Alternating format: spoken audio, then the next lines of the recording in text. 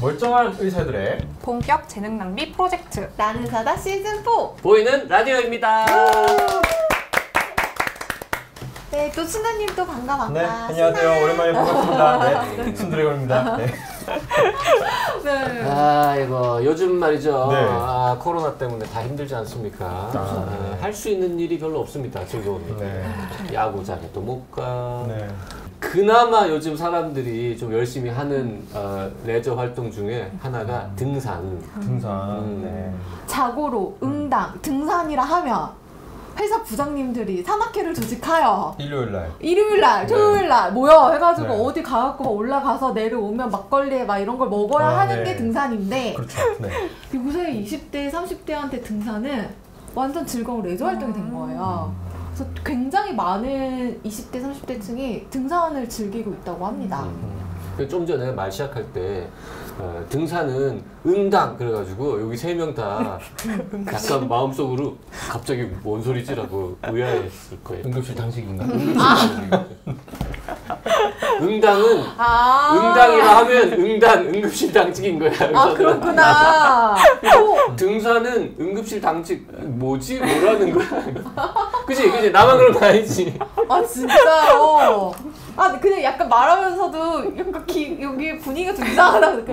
응당이란 말을 잘 안 쓰나? 뭐 이렇게 생각했는데 그럴 수 있구나. 많이 씁니다. 응당. 그래서 등산을 하면서 일어날 수 있는 뭐 응급 상황 혹시 그랬을 때 어떻게 처치를 하는 게 좋을지 이런 얘기를 우리 순대님이랑 같이 해보고 싶습니다. 좋은 아이템인 것 같아요. 그렇군요. 네.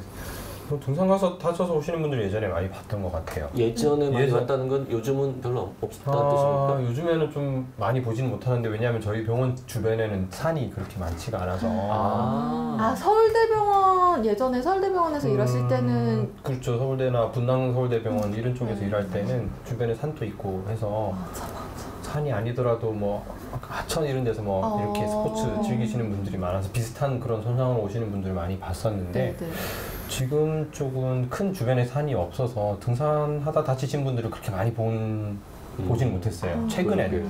사실 예전에는 많이 봤죠. 북한산에서 다쳤는데 인천광역시 계양구까지 가면 그렇죠. 보통은 산에서 다치면 가까운 데서 먼저 처치를 받고 이렇게 하시니까. 그래서 뭐 젊은 애들이 등산을 하다가 많이 다친다는 건가 봐요.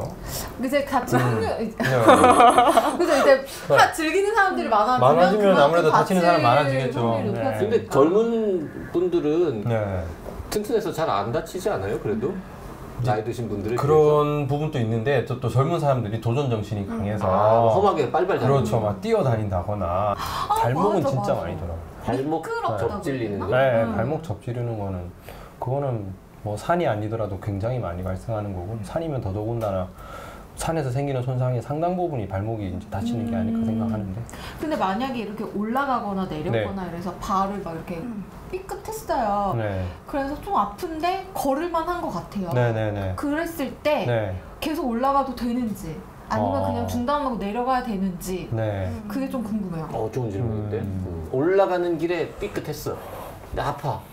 근데 조금 더 올라갈 수도 있을 것 같아요. 약간 좀 애매모호한 것 같아요. 그럴 땐 어떻게 해야 돼요?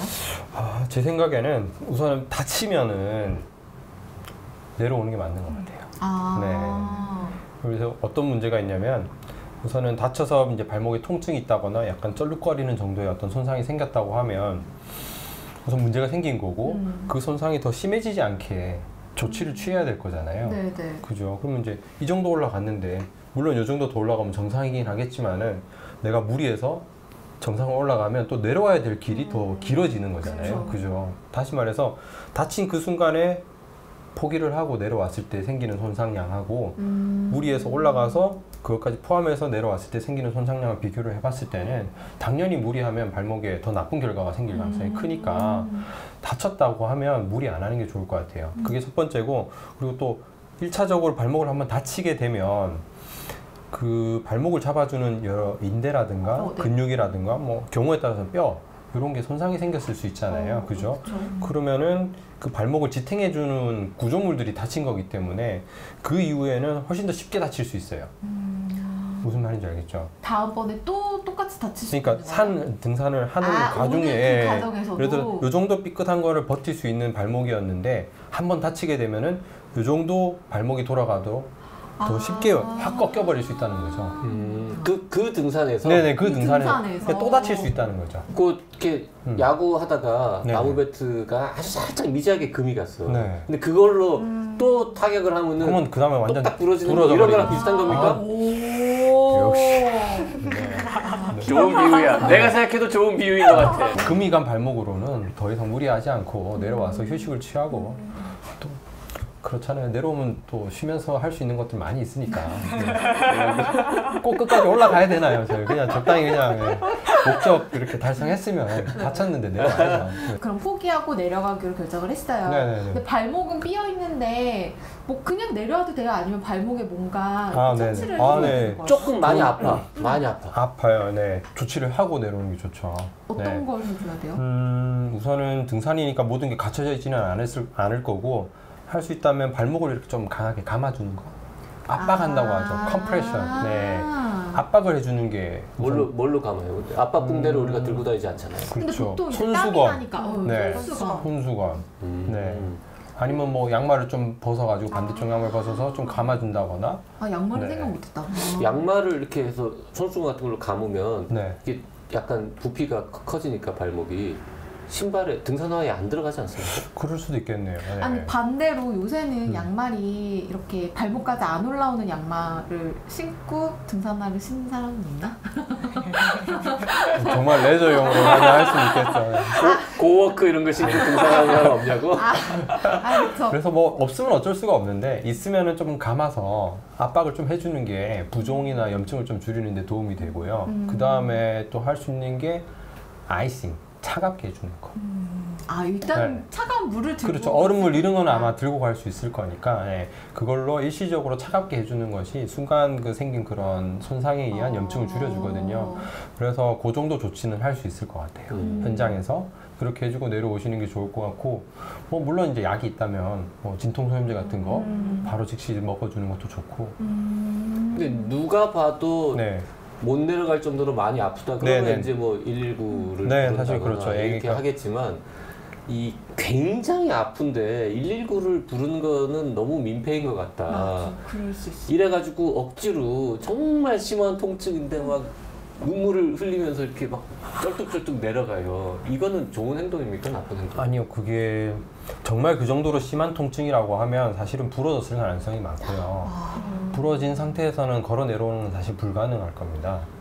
불가능할 거고, 부러지지 않고 인대 손상이라든가 예를 들어서 뭐 근육이 좀 찢어졌다거나 인대가 좀 끼져있는 상태라고 하면 보통 휴식을 취하면 통증이 좀 줄어들기는 해요.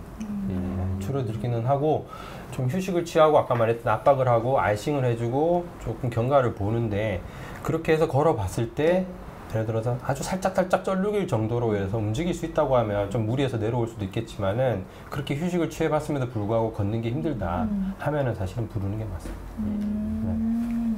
어쨌든 요즘에 젊은 학생들이 등산을 한다면 참 좋은 스포츠를 하는 것 같아서 이거를 응급의학과 의사가 아는지 모르는지 모르겠는데 네네. 이 별거 아닌 애매한 산 있잖아요. 좀 중산? 집 뒷산? 집 뒷산 네. 아니면은 이렇게 하여튼 그렇게 난이도가 높지 않은 네네. 그런 데에 언제든 갈 수 있어 보이는 그런 산들. 네. 그런데 예를 들면 이제 청계산? 그 정도 큰 부담 없이 남산? 뭐 네. 남산은 다 포장돼 있어요. 네.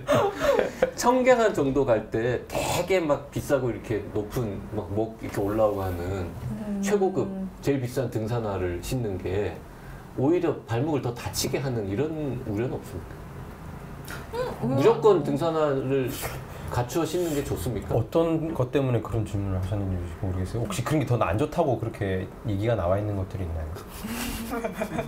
좀 나쁜 건 없을 것 같아요. 없어요? 네. 불편함은 있을 수 있을 것 같아요. 불편할 수는 있을 것 같은데, 예를 들어 발목이 꺾일 때 이렇게 예를 들어 잡아주는 게 많으면은 불편함은 느껴질 수는 있을 것 같은데, 그게 소프트한 그런 예를 들어 언덕 같은 데는 불편할 것 같고, 하지만 이제 정말 산을 가보면 등산화와 등산화 아닌 신발의 차이는 워낙 크기 때문에. 그 발목 삐는 거 말고 네. 다른 데 다치는 건 없습니까?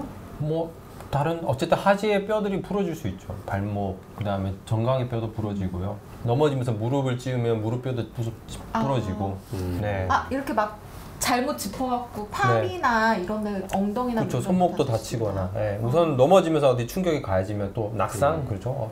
산에서 많이 낙상 또 생기잖아요. 자 그러면 이제 그 다음에 우리가 이제 뭐 발목을 삐거나 뼈가 부러지거나 뭐 이런 거는 그래도 대충 상상이 되고 뭐 그 119 부르고 기다리면 되는 근데 뭐 갑자기 넘어져서 의식을 잃었다거나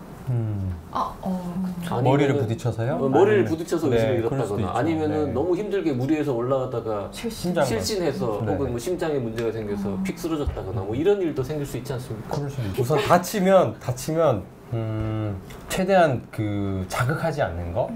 뭐 머리를 흔든다거나 다친 부위를 뭐 팔이 다쳤으면 팔을 흔든다거나 이제 사람이 일어나지 못할 만큼 이제 크게 다쳤다고 판단이 되면 사실은 구급대를 부르는 게 맞고요. 구급대 오기 전까지는 뭐 호흡이라든가 이런 부분에 대한 도움을 좀 줄지언정 환자를 많이 옮긴다거나 뭐 이렇게 자세를 자꾸 계속 변경한다거나 이런 거는 손상을 더 심하게 만들 수 있기 때문에 그런 조치는 최대한 안 하는 게 좋을 것 같고요.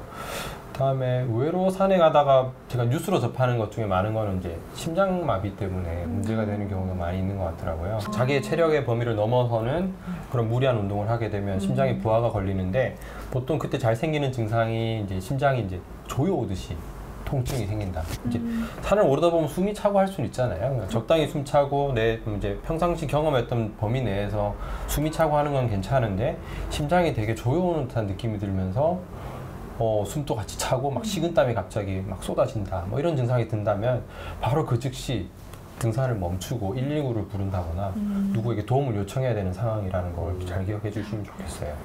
혹시 등산을 할 때 대부분은 이제 먹을 거랑 물 정도만 가져가잖아요. 근데 혹시 갈 때 그냥 이 정도는 좀 챙겨가면 응급 상황에서 대처하기에 좀 용이하다 이런 준비물이 있으면 한번 알려주시면 좋을 것 같아요. 다 들고 가시겠지만 물은 사실 이제 땀 많이 흘리고 해서 마실 때 도움이 되는 거기도 하지만 뭐 사실 그 외에도 쓸 수 있는 용도가 상처가 나거나 했을 때 상처를 씻어내는 효과.